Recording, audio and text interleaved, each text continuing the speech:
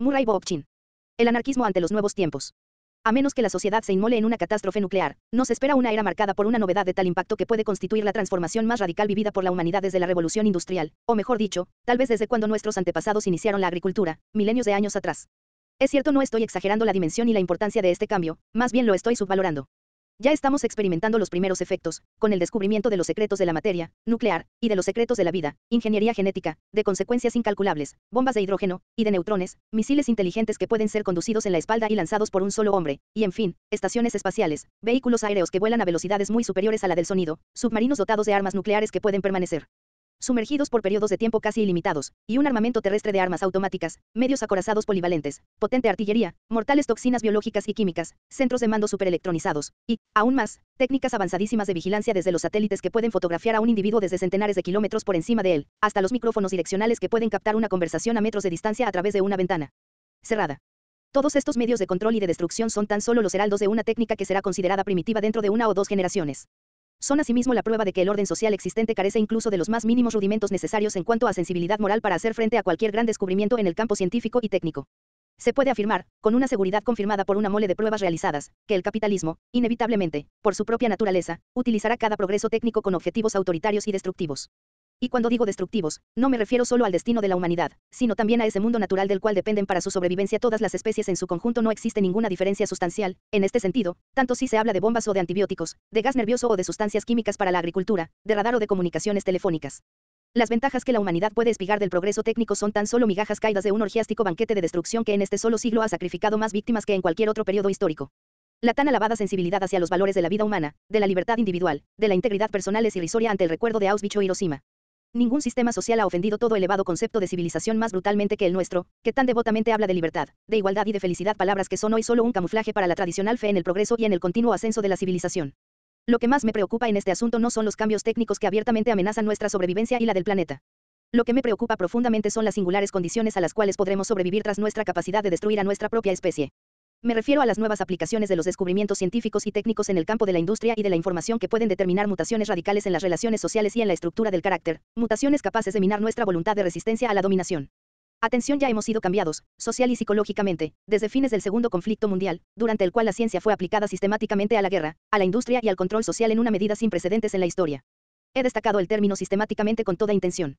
La tecnología militar en la Primera Guerra Mundial, en cuanto a mortandad, era todavía primitiva, no solo en su potencia homicida. La guerra de trincheras era por lo menos limitada geográficamente y dejaba gran parte de la población civil al margen de portar armas, sino también por su carácter ad hoc.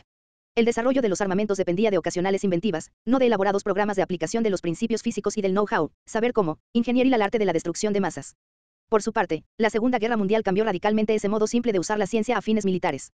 E1 Proyecto Manhattan, que produjo la primera bomba atómica, consistió en la movilización masiva y conscientemente planificada de los mejores cerebros físicos y matemáticos disponibles, para producir una sola arma, algo similar a la movilización de masas de la población total para sostener el esfuerzo bélico. Los científicos participaron también en decisiones militares importantísimas, como cuando J. Robert Oppenheimer, que era el jefe del proyecto, le dio al ministro norteamericano de la guerra los datos decisivos para el lanzamiento de las bombas atómicas sobre Hiroshima y Nagasaki. Hoy, este uso de la ciencia y de la ingeniería para el desarrollo de los armamentos no está vinculado por el mismo escrúpulo de moralidad e integridad científica. Si sobreviviéramos a la ilimitada potencia de la ciencia en términos de destrucción en masa, no hay nada que pueda impedir a los estados y a sus ejércitos el invadir el espacio con los más letales sistemas de aniquilación humana y de invadir las mentes con técnica informática y métodos de condicionamiento que hacen palidecer cualquier cosa que se pueda leer en el 1984 de Orwell. Otra cosa, asimismo preocupante, es que en los Estados Unidos, en Japón y en parte de Europa estamos asistiendo a cambios industriales que son no menos radicales que aquellos militares a que he aludido, cambios que predije 20 años atrás en hacia una tecnología liberadora y que ingenuamente esperaba fueran al servicio de la liberación humana, mientras, por lo contrario, sirven en la actualidad al orden existente para alimentar el dominio del hombre sobre el hombre. Me refiero a una amplia reestructuración de toda la economía sobre bases electrónicas, a un género de revolución industrial del todo nueva que amenaza con sustituir el mismo aparato sensorial humano con aparatos mecánicos electrónicamente guiados. Se debe tener en cuenta que estamos apenas en los primeros pasos de una serie de progresos técnicos que convertirán en obsoleta tanto a la fábrica y a la oficina, como a la hacienda agrícola tradicional, que alimentarán la centralización política y potenciarán el control policíaco, para no hablar del condicionamiento dirigido hacia los medios masivos de la mente y del espíritu, que alcanzará niveles inimaginables. La línea de montaje, que es tal vez la más relevante innovación industrial de la época entre las dos guerras mundiales, podía ser asociada al nombre de un emprendedor con inventiva como Henry Ford, o antes que él, con un Eli Whitney. Del mismo modo, la revolución en el ámbito de la comunicación, del transporte aéreo, de la iluminación eléctrica, del cinematógrafo, del telégrafo, de la radio eran asociados a solo nombres personales. Hertz, Bell, los hermanos Wright, Edison, etc. Hoy los inventos técnicos son prácticamente anónimos. Al igual que el Proyecto Manhattan, ellos son el resultado del trabajo colectivo y sistemático de brigadas de investigadores del ejército o de las grandes empresas, que pueden producir a voluntad todo cuanto sea razonablemente necesario. No existen, por tanto, límites intrínsecos, en términos amplios, ya no importa qué sistema o aparato para conseguir, o casi, cualquier fin. La palabra invención ha perdido su significado tradicional de acto personal inspirado para descubrir o crear. No es un individuo, con sus escrúpulos morales o con su sentido del bien público, que da su contribución a la innovación tecnológica. Los Henry Ford y los Thomas Edison, a pesar de todas las connotaciones negativas con las que justamente se les asocia, han dejado el puesto al Pentágono, a la General Dynamics, a la General Motors y a todas las demás entidades y empresas que se hallan al abrigo del riesgo de consideraciones éticas y sociales en el anonimato de su actuar y en la impersonalidad de su trabajo en brigadas. Debemos tener en cuenta que estos cambios tecnológicos, y el modo como se han operado, señalan el fin de toda la historia anterior a la Segunda Guerra Mundial, de esa historia en que se basa tanta parte de nuestra teoría. El sindicalismo ha compartido con el marxismo la firme convicción de que el proletariado industrial era el sujeto histórico para el derrocamiento revolucionario del capitalismo. Aunque hace tiempo que he abandonado tal creencia, por razones tanto teóricas como prácticas, encuentro más bien irónico que esta cuestión se halle destinada a perder bien pronto su relevancia, para no hablar de su validez, desde el momento que el proletariado en cuanto tal está declinando en consistencia y en importancia estratégica. Contrariamente a la expectativa sindicalista y marxista, el proletariado va declinando históricamente junto con el sistema de fábrica y con la tecnología tradicional que le dieron origen como clase. Y no se cambian sustancialmente los términos del problema ampliando las definiciones del término proletariado hasta incluir los cuellos blancos e incluso los empleados estatales, aunque para esto se perfila una drástica reducción numérica. En los Estados Unidos, que deben asimismo emprender seriamente su reconversión industrial, los cuellos azules han descendido de un 25% a un 15% de la fuerza laboral, declinación que previsiblemente proseguirá hasta que la clase obrera tradicional sea reducida a una exigua porción de la población. Ya ahora, todavía, ni los cuellos blancos ni los cuellos azules muestran aquel arrojo, aquella vitalidad característica del proletariado clásico de la época precedente a las dos guerras mundiales. Es, además, interesante desde un punto de vista teórico, preguntarse si una clase obrera de herencia industrial, como aquella alemana de los primeros 20 años de este siglo, fue alguna vez revolucionaria, en comparación a una reciente clase obrera de cuño agrícola, como la española y la rusa, que vivieron la dolorosa transición de un mundo rural a uno industrial, con todos los sufrimientos psicológicos y culturales conexos con una drástica readaptación a modelos de vida altamente racionalizados y mecanizados. La evolución de las clases. La propia historia está emitiendo todavía una sentencia que tiene más contenido existencial que cualquier teoría. Hasta para los programadores de computadoras, para no hablar de los perforadores de tarjetas mecanográficas, de los empleados de tercera y de los pequeños burócratas, se delinea una declinación en términos numéricos y en relevancia social, a consecuencia de la introducción de las conocidas como computadoras inteligentes, cuyo ulterior desarrollo a niveles de increíbles sofisticaciones es solo cuestión de tiempo. Todo movimiento radical que base su teoría de cambio social sobre un proletariado revolucionario compuesto solo de obreros o de obreros y empleados, vive en un mundo que se va, en el supuesto caso que haya existido, con la desaparición de los oficios y de los trabajos de raíz campesina de la Europa latina y eslava del siglo pasado. Se me permitirá destacar que no estoy diciendo lo que digo para disminuir la importancia de ganar el apoyo de la clase laboral para un proyecto de emancipación humana, ni intento denigrar los esfuerzos en este sentido de los sindicalistas. Hoy en día un proyecto liberador que le falte el apoyo de la clase trabajadora está destinado probablemente al fracaso. Los cuellos azules, y aún más si se unen a los cuellos blancos, representan todavía una considerable fuerza económica. Pero, en cuanto a eso, también un proyecto liberador que no logre atraerse a su lado a los jóvenes que componen los ejércitos de todo el mundo está asimismo destinado al fracaso.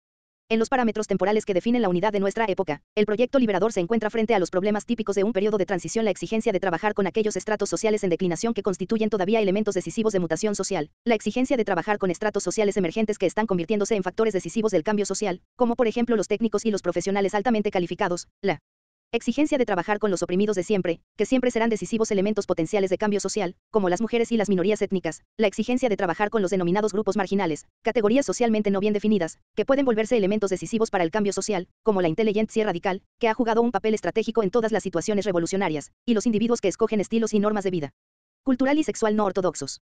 El tiempo, enemigo. Pero el tiempo no juega a nuestro favor. Es muy probable que, si no nos volvemos hacia aquella capacidad de penetración intelectual, hacia aquella praxis y a aquellas formas de organización adecuadas a los problemas que hemos de enfrentar, el tiempo trabajará contra nosotros. La innovación tecnológica está avanzando a una velocidad que supera todo visible cambio en la esfera social y en la política. Antes o después, lo social y lo político deberán ser radicalmente sincronizados con lo tecnológico, de otro modo se abren en el sistema fisuras inmensas que harían palidecer la era fascista de los años 20 y 30 comparadas a lo que nos espera. El 1984 de Orwell es simple, no porque describe una sociedad completamente totalitaria, sino porque no prevé ese enorme instrumental tecnológico que hubiera hecho de Oceanía un mundo todavía más deprimente. Para comprender plenamente el alcance de la vuelta que puede tomar la sociedad, deberemos ver qué cosa espera el capitalismo, así como ver qué cosa nos espera. En primer lugar, el capitalismo debe reestructurar drásticamente su sistema político para hacerlo congruente con la evolución económica y técnica en activo. La democracia burguesa, o sea las instituciones surgidas de las revoluciones inglesa, americana y francesa, son absolutamente inapropiadas en un mundo cibernético, altamente racionalizado y dominado por las grandes empresas. La dimensión utópica de esas revoluciones, que indujo a Kropotkin a escribir su famosa La Gran Revolución, aún pone un límite al uso interno del poder político y militar. Un reciente retiro de los marines norteamericanos del Líbano, por las presiones de la opinión pública nacional, es un ejemplo casi banal. Reagan y sus acólitos hubieran querido tener manos libres en el asunto libanés, así como Johnson lo hubiera deseado para Vietnam. En ambas ocasiones debieron echar marcha atrás a consecuencia de una ola creciente de críticas por parte del público y del Congreso, críticas que fueron posibles gracias a la estructura política republicana de los Estados Unidos. Esa estructura es a su vez el producto de una revolución popular y en gran parte rural que 2 siglos atrás dio al pueblo norteamericano una Carta de los Derechos y un cuadro institucional basado en la separación del poder ejecutivo del legislativo y del judicial. Es fácil destacar cómo esta estructura fue más libertaria en sus orígenes que ahora y que en los últimos tiempos se ha hecho más centralizada, pero lo que más cuenta, en este caso, es el hecho de que es todavía demasiado libertaria para los problemas que el capitalismo debe afrontar en el futuro y este tratará de modificarla drásticamente para evitar que esos problemas produzcan difusos y peligrosos fermentos sociales. ¿A qué problema aludo? Presumiblemente la tecnología cibernética, que se halla apenas en su infancia, convertirá en económicamente superflua a la mayoría de los norteamericanos que hoy trabajan.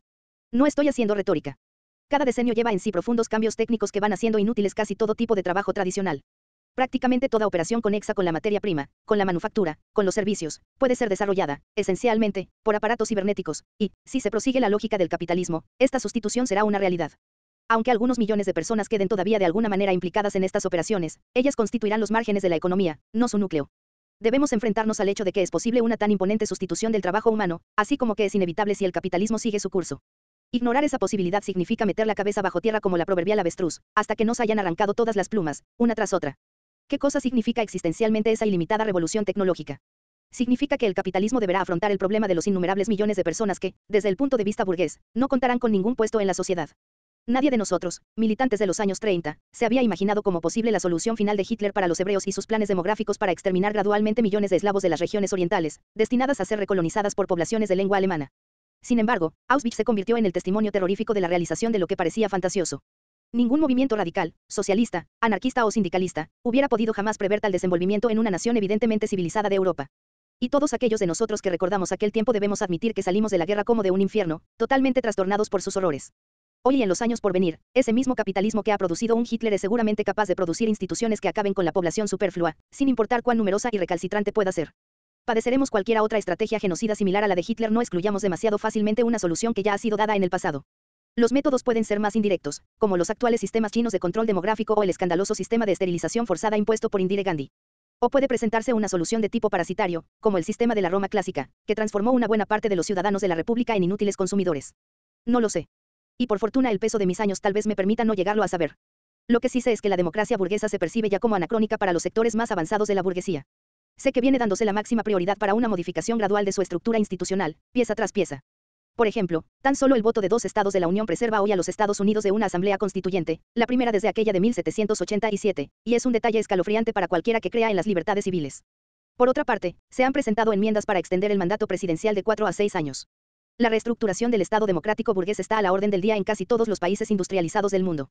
Lo único que detiene al capitalismo para la totalitarización completa de esos países es el enorme peso de las tradiciones que, en todas las partes del Occidente, frustra al poder ejecutivo, y en particular la tradición libertaria de los Estados Unidos, con su énfasis sobre los derechos individuales, sobre la autonomía, sobre el control local, sobre el federalismo. Además, también los cotidianos conflictos internos en el seno de la propia burguesía tienden por ahora, pero solo temporalmente, a contrabalancear esta tendencia ultraautoritaria. ¿Cómo debemos conducirnos, en cuanto anarquistas, ante tales tensiones? Es un gravísimo problema que no se puede dejar de lado con respuestas más apropiadas para una economía industrial tradicional y un movimiento obrero vital que para una inminente economía cibernética con unos perfiles de clase menos definidos. La omnipresencia del Estado. En segundo lugar, el Estado se ha convertido en algo omnipresente como jamás lo había sido con anterioridad. Asistimos a su crecimiento en forma tal que jamás hubiéramos podido imaginar en épocas precedentes, mucho más simples. Es cierto, se puede pensar en los grandes despotismos del mundo antiguo como ejemplos de formas estatales más despiadadas, tales como el despotismo asiático estudiado por Carl Wittfogel y otros historiadores. Pero raramente el Estado ha tenido este carácter de omnipresencia, ese carácter típico de condición humana que tiene hoy y que todavía amenaza con serlo más en el futuro. Kropotkin, atinadamente, destacaba que por más tiránicos que fueran los estados coexistían con un mundo subterráneo de villas, ciudades, barrios urbanos, para no mencionar diferentes asociaciones y corporaciones que eran impunes a la invasión gubernativa. Todavía en los años 30, en los Estados Unidos podía uno, tras su trabajo, retirarse del mundo industrial y acogerse en una sociedad preindustrial, doméstica y comunitaria, en la cual el individuo podía preservar su humanidad. A pesar de todos sus efectos patriarcales y de patrioterismo, ese mundo preindustrial excesivamente individualizado era profundamente social. Era el mundo de la extensa familia en la que varias generaciones vivían juntas o en íntimo contacto una con otra, preservando la cultura y las tradiciones de un espacio no burgués. Era el mundo de la patria chica, de la pequeña patria la villa, la ciudad, el barrio, donde la amistad era íntima y donde existía un espacio público que nutría una esfera pública y un cuerpo político activo. Existían todavía centros comunitarios que contaban con un lugar para la instrucción, la conferencia, el mutuo apoyo, los libros, los periódicos, la exposición de ideas avanzadas y aún para la ayuda material cuando los tiempos eran duros. Los centros obreros, ateneos libertarios, creados por nuestros compañeros españoles en numerosas ciudades y poblaciones de la península ibérica eran la expresión más consciente de un fenómeno profundamente espontáneo a la vez que típico de la era precedente a la Segunda Guerra Mundial. La calle, la plaza y los parques constituían un espacio de reunión todavía más amplio y fluido. Recuerdo, de mi juventud, los famosos mítines en una esquina de la calle, donde una sorprendente variedad de oradores radicales hablaban a un público cautivado, o más bien expectante. Ese fantástico mundo de la caja de jabón, los oradores hablaban mientras permanecían de pie sobre tales cajas. N del T, como era conocido en Norteamérica, era una fuente de activo intercambio político, un mundo que adiestraba tanto a los oradores como al público en el arte de la actividad pública radical. Más allá de esos niveles de vida doméstica y pública existía la esfera para la actividad local, regional e incluso nacional, más lejana quizá del beneficio individual pero altamente educativa y más enérgicamente contestataria de cuanto pueda serlo hoy. El Estado y la sociedad industrial han destruido ese mundo social y político descentralizado. Sus medios de información entran en todos los hogares y sus computadoras los unen a sofisticados sistemas de administración y de control. Las grandes familias, ricas en diversidades generacionales y culturales, se han marchitado a través de la familia nuclear, constituida por dos progenitores intercambiables y con sus 2 o 3 hijos intercambiables también. Los ancianos han sido oportunamente expedidos a barrios residenciales para ciudadanos de la tercera edad, así como la historia y la cultura pre-industrial ha sido enterrada en los museos, en las academias y en los bancos de datos de las computadoras. La venta de alimentos, de artículos de vestir y domésticos, así como de diversos instrumentos, que en un tiempo fue una actividad muy personalizada, propia de comerciantes locales, muy frecuentemente negocios de gestión familiar, en estrecha conexión con los barrios o la ciudad, es hoy un gran negocio de empresas enormes. En los gigantescos centros comerciales que constelan el continente americano, siempre mayores que incluso los europeos, se trata ya de una forma de distribución impersonal, mecanizada, en que los adquirentes y los productos vienen envueltos juntos, al cajero, y respedidos en su automóvil a su lejana casa. Las calles están congestionadas de vehículos no de seres humanos, y las plazas se han convertido en estacionamientos, no en lugares donde la gente se reúna y dialogue. Las autopistas desgarran los centros de la ciudad e irradian en los barrios con efectos espantosamente destructivos para la integridad cultural de la comunidad. En ciudades como Nueva York, los jardines son lugares de crímenes y de peligros personales a los que se entra temeroso de perder la propia vida. Los centros comunitarios han desaparecido de todas partes, excepto de los barrios más tradicionales, donde corren el riesgo de convertirse en objetos de curiosidad para los turistas y para los sociólogos. El discurso es preferentemente electrónico reservado a sedicentes expertos y estrellas de los medios masivos a debatir en las horas más importantes con una pasiva vacuidad que está produciendo una generación de idiotas y de mudos. La cultura subterránea celebrada por Kropotkin en el apoyo mutuo está prácticamente desapareciendo en los Estados Unidos, sobre todo tras el declinar de los años 60, y el mundo en que florecía ha sido casi todo digerido por la red de estaciones de los medios de comunicación, propiedad del Estado y de las grandes empresas, que embrollan los sentidos más que dirigirse a la mente, que hablan a las vísceras más que a la cabeza. Está surgiendo una generación que desprecia el pensamiento en cuanto tal y que ha sido adiestrada a no generalizar. La actividad cerebral apresa la forma de imágenes adocenadas idénticas a las que presentan la televisión y de una mentalidad, si así puede todavía llamársele, reductiva que obra con frenos cuantitativos de información antes que con conceptos cualitativos. Encuentro tal desarrollo simplemente aterrador, en cuanto subvierte la mente, impidiendo la capacidad de imaginar espontáneamente por la alternativa y de obrar de manera que contradiga las imágenes prefabricadas que la industria publicitaria, política y comercial, tiende a imprimir en el cerebro humano. La gente comienza hoy a percibir todos los fenómenos del mismo modo en que recibe las imágenes televisivas como figuraciones ilusorias creadas por el movimiento rapidísimo de las partículas electrónicas sobre la pantalla televisora, figuraciones que despojan al dolor, el sufrimiento, la alegría y el amor de toda realidad, dejándonos tan solo una cualidad unidimensional espectacular. Las imágenes, en realidad, comienzan a sustituir a la imaginación, y la figura impuesta por lo externo comienza a sustituir a la idea formada internamente. ¿Y si la vida viene confiada por una simple relación de espectador entre un público privatizado y un aparato electrónico, de qué otra cosa tenemos necesidad sino de figuras y de entretenimiento como sustitutivos del pensamiento y de la experiencia? Humanidad y naturaleza. Todo ello nos lleva al tercer, y por fortuna último, problema que intento destacar: el problema de las relaciones de la humanidad con la naturaleza. Se trata de un problema que ha adquirido proporciones cruciales, muy diferentes a las que se podían prever en 1952, cuando publiqué mi primer trabajo sobre el desastre ecológico.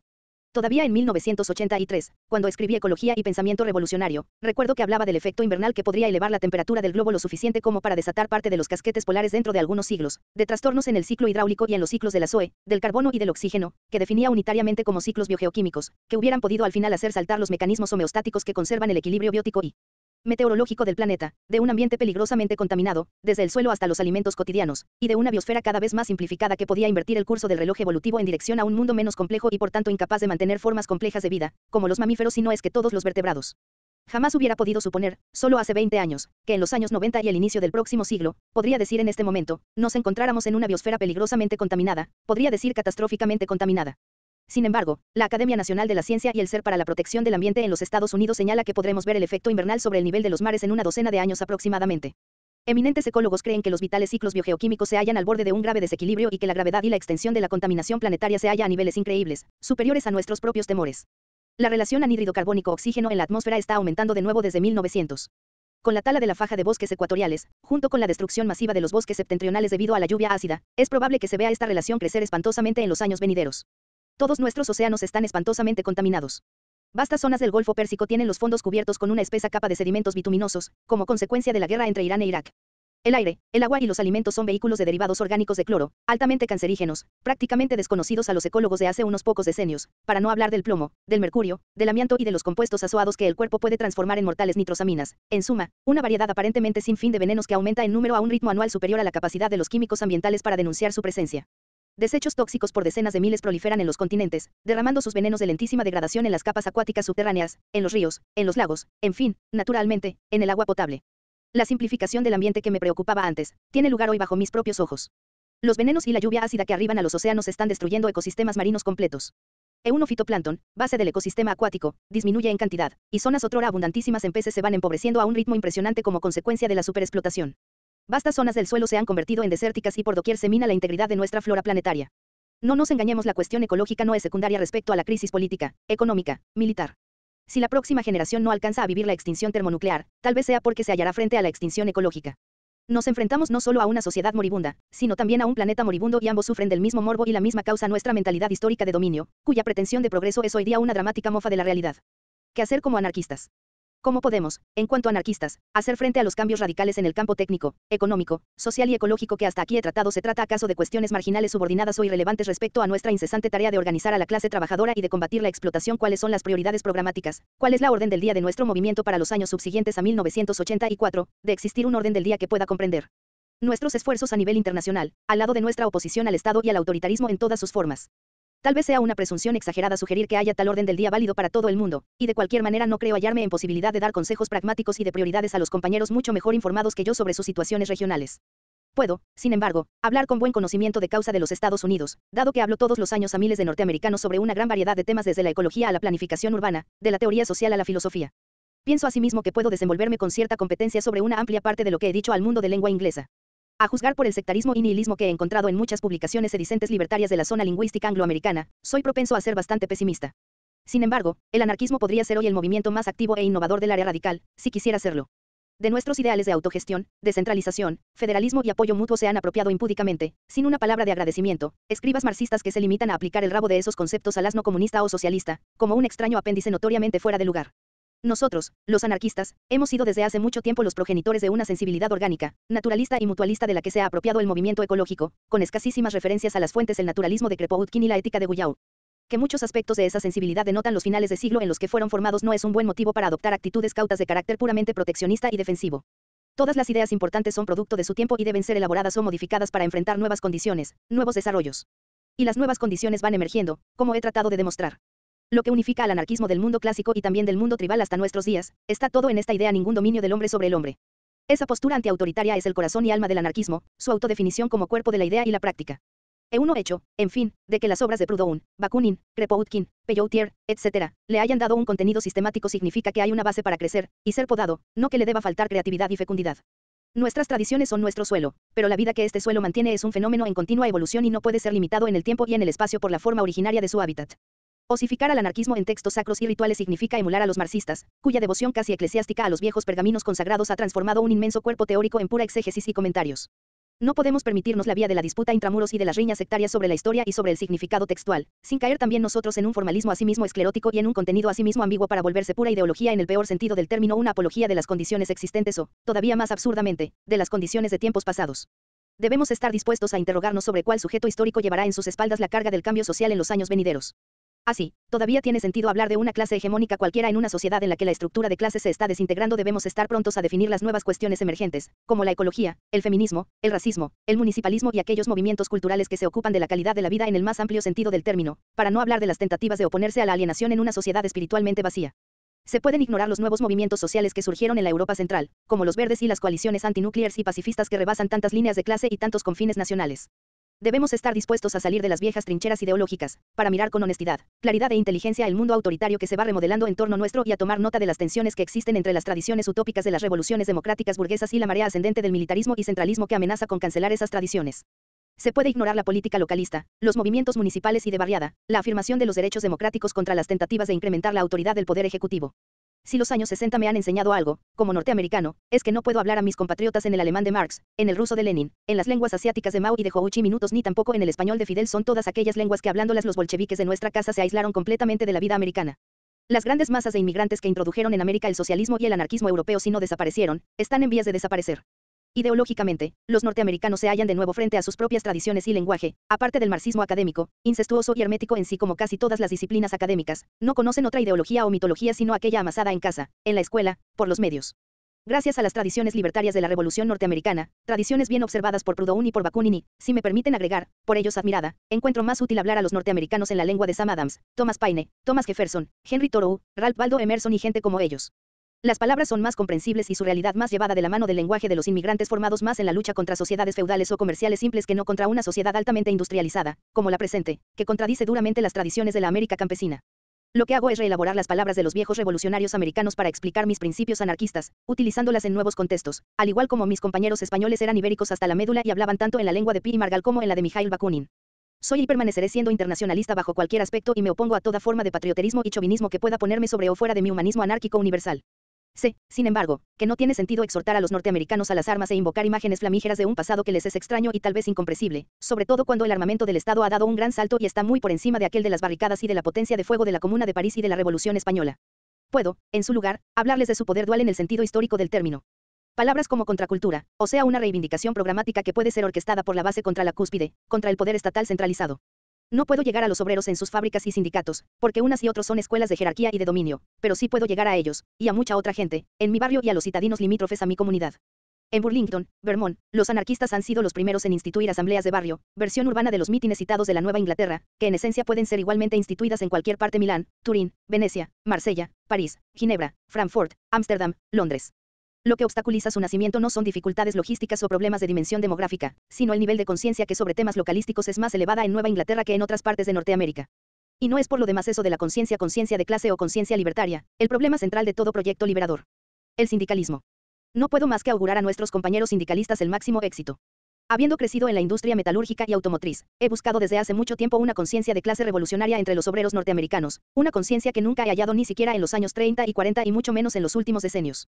He encontrado entre mis compañeros de trabajo una militancia ejemplar y una gran fuerza de carácter, pero ninguna prueba, a gran escala, de que el capitalismo sea un sistema más intolerable para los obreros que para los demás estratos de la sociedad, supuesto que sea intolerable. Más bien he hallado tendencias libertarias entre los jóvenes de los años 60, entre las mujeres de los años 70 y entre los ecologistas de los años 80.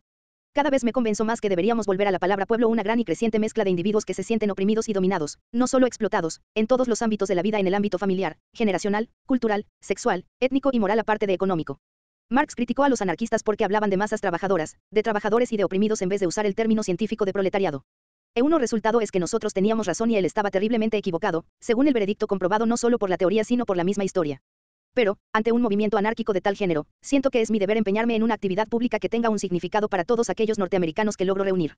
En cuanto norteamericanos, poseen una tradición libertaria superficial que procuro profundizar hacia el nivel del anarquismo. Me dirijo a su fe en los derechos individuales, en la descentralización, en una concepción activa de la ciudadanía, en el apoyo mutuo y en su aversión por la autoridad gubernativa. Y no critico en demasía el acoplamiento de libertad-propiedad. Les recuerdo las instituciones libertarias típicas de su tradición revolucionaria norteamericana: asambleas de ciudadanos, formas asociativas confederales, autonomía municipal, procedimientos democráticos. Mi objetivo es claro: crear, a partir de las tradiciones libertarias norteamericanas, aquellas formas de la libertad que puedan oponerse al creciente poder del Estado y a la concentración de la autoridad política y económica. Un núcleo central de mi planteamiento es tanto municipalista cuanto ecológico y contracultural: fortalecimiento y confederación de países, barrios, ciudad, como contrapeso a Washington y a los feudos estatales que constituyen la Unión Americana. Mi lenguaje es más populista que proletario, con énfasis particular en el dominio más que en la explotación. Mi programa consiste en crear un poder popular dual, antagónico al poder estatal que amenaza los residuos de libertad del pueblo norteamericano, un poder popular que reconstituya en forma anárquica aquellos valores libertarios y aquellos elementos utópicos que son el patrimonio más vital de la Revolución Americana. El único planteamiento. Que este planteamiento pueda tener éxito o no es una cuestión a la que no puedo dar una respuesta cierta. Lo que me parece cierto es que es el único planteamiento que puede funcionar en los Estados Unidos. Si fracasase, no sabría qué otra estrategia proponer para esta parte del mundo. Un pueblo norteamericano no está dispuesto a seguir una vía socialista que amenace su libertad, por lo que no está dispuesto a aceptar un programa de clases, que, por otra parte, el proletariado norteamericano no ha aceptado jamás.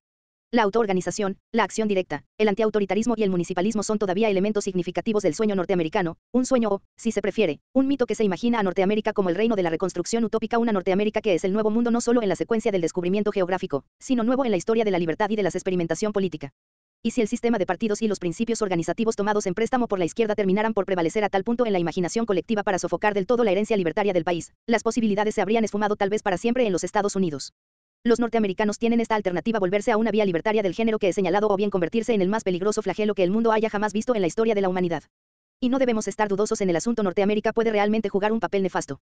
Por consiguiente, en los Estados Unidos existe esa tensión entre una tradición libertaria que frena la expansión del imperio norteamericano y nuevas fuerzas que van soliviantando al país hacia un papel mundial más violento y destructivo.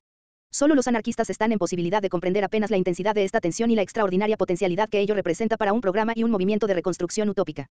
La izquierda marciana está insensible al argumento de la auténtica libertad: es economicista, centralista, burocrática y apasionada por la tecnología. Y, así es como la derecha ha pasado a disfrutar la tradición libertaria norteamericana, en nombre de la propiedad, de un mítico laissez-faire que ha dejado el campo libre al desarrollo de las grandes empresas y de una representación de la Guerra Fría que ha llevado las tropas y las armas norteamericanas a casi todos los países occidentales y del tercer mundo. Si los anarquistas norteamericanos no logran limpiar esta tradición libertaria de sus escorias de propiedad y reaccionarias, el pueblo de los Estados Unidos será fácil presa de los totalitarismos que se camuflan con los ropajes de una historia revolucionaria que ha inspirado algo la lucha de emancipación popular en todo el mundo. Conozco muy bien todos los argumentos que se pueden señalar contra la perspectiva que hasta aquí he señalado. Sé que los norteamericanos están divididos por intereses de clase, por la riqueza y por diferencias étnicas y sexuales, por conflictos regionales. ¿Cómo es entonces posible que un ideal de resistencia comunitaria y municipal ante la centralización estatal logre superar todas esas divisiones, y cómo y cuánto una municipalidad es cosa distinta al Estado no se ha visto ya con Paul Browse el fracaso, como proyecto anárquico, del municipalismo? Existen muchas respuestas a esas demandas, que exigirían un artículo solo para ellas. Por ahora basta con esto: la tecnología cibernética amenaza con crear un nivelador social para todos los estratos de la sociedad norteamericana, tanto para la clase media como para la clase obrera, los blancos como los negros, los técnicos y los profesionales tradicionales como los peones y los agregados a las cadenas de montaje. Lo que viene remodelándose a partir de la tradicional estructura de clases del capitalismo industrial es un pueblo, no un proletariado. Por otro lado, vienen surgiendo inquietudes y valores populares que con frecuencia superan los intereses materiales: la libertad de la mujer, los derechos de los negros, la problemática ambiental. Esos valores emergentes y estas inquietudes emergentes con frecuencia marginan diferencias de intereses materiales que hacen del término pueblo una amable caricatura de los ideales democráticos radicales. Por otra parte, el nacionalismo ha demostrado poseer entre la masa una fuerza siempre superior a la solidaridad de clase, y este hecho, por sí solo, desmiente el mito marxista de que la gente se mueve tan solo por sus intereses materiales. Si fuera verdad, hace tiempo habría triunfado el socialismo. Que la ideología sea capaz de impulsar a los humanos a otros confines por su propio instinto de sobrevivencia es un hecho de tal suerte demostrado, aun cuando, por contra, se piense por ejemplo en las guerras religiosas que tuvieron lugar en el medievo y la Reforma, que no se puede ignorar su fuerza en cuanto tal. Como anarquistas hemos subrayado siempre la exigencia que la nueva sociedad tiene de acabar con la vieja, y desde el siglo pasado, hemos heredado una dote de la burguesía, la fábrica, como clave destinada a abrir la puerta a una nueva y libre sociedad. Pero, como he dicho, me parece que esa tentativa no tiene ya hoy ningún sentido. Más bien, por una de las ironías de la historia pudiera darse que la llave siempre haya sido en forma ideológica, la dimensión libertaria de la tradición democrática que se opone ahora a la marcha del capitalismo cibernético hacia la realización de sus fines históricos. De todos modos, lo que se olvida demasiado fácilmente es que los desastres producto de la ideología son propiamente la prueba de su latente éxito, igual como la capacidad humana de anular la vida es la prueba de su capacidad de hacer del mundo un paraíso. No son los males de las ideologías lo que debemos evidenciar frente a un mundo ya de por sí escéptico y secular, sino el tipo de ideología que lo puede salvar de su egoísmo y de su economicismo. En esa dimensión moral, el anarquismo representa la única ideología capaz de llevar a la humanidad más allá de sus angustiosas necesidades biológicas, hacia un espacio de libertad que es un fin en sí, en la aventura humana.